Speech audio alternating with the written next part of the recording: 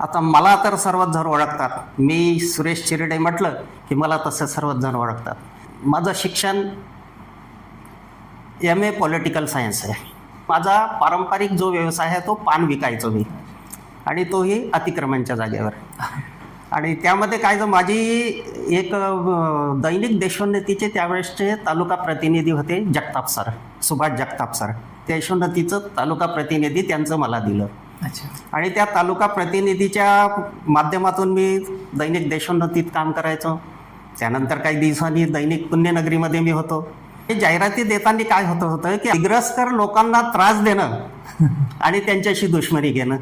आणि माझे मित्र आदरणीय अफजल खान यांना मी सहजच अशी कल्पना मांडली की आपण असं एखादं यूट्यूब चॅनल सुरू केलं तर कसं राहील. मग आमच्यासोबत ऋषिकेश हिराज जोडला.